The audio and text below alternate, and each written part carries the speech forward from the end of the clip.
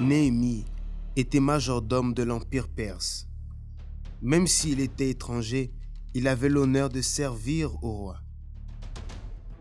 Il était parmi les Juifs qui vivaient encore hors de leur pays.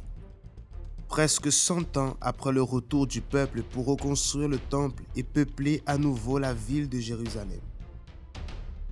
Même après tant de temps, les nouvelles que recevait Néhémie n'étaient pas favorables, car la ville et les murailles de Jérusalem continuaient en ruine, et le peuple dans la misère totale, ainsi que opprimé par les nations voisines.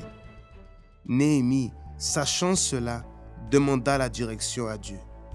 Et immédiatement, il décida de renoncer à son confort au sein du palace du roi pour changer cette situation. Et c'est ce qui est arrivé. Arrivant à Jérusalem, il a éveillé la foi et le courage du peuple qui se pensait faible et les a emmenés à agir et à rebâtir la ville ainsi que leur vie. C'est alors qu'ils commencèrent à reconstruire les murs. Avec une main, ils travaillaient et avec l'autre, ils tenaient une épée, prêts à affronter tout ennemi qui se lèverait contre eux pour les empêcher de poursuivre. Malgré les nombreuses oppositions, 52 jours suffirent pour rebâtir les murailles et une nouvelle vie est ressurgie dans la nation.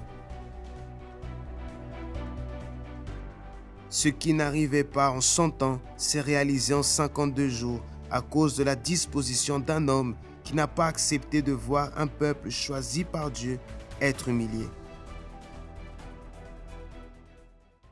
À l'exemple de Jérusalem, beaucoup ont leurs murs de leur vie spirituelle, sentimentale, familiale, financière et physique détruites, et tous ceux qui vous connaissent voient cette humiliation également.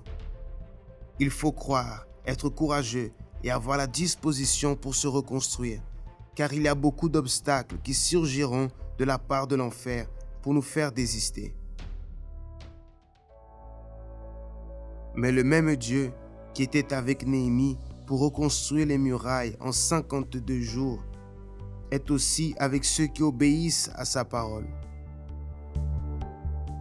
Et dans les prochains 52 dimanches, reconstruiront leur vie par la foi.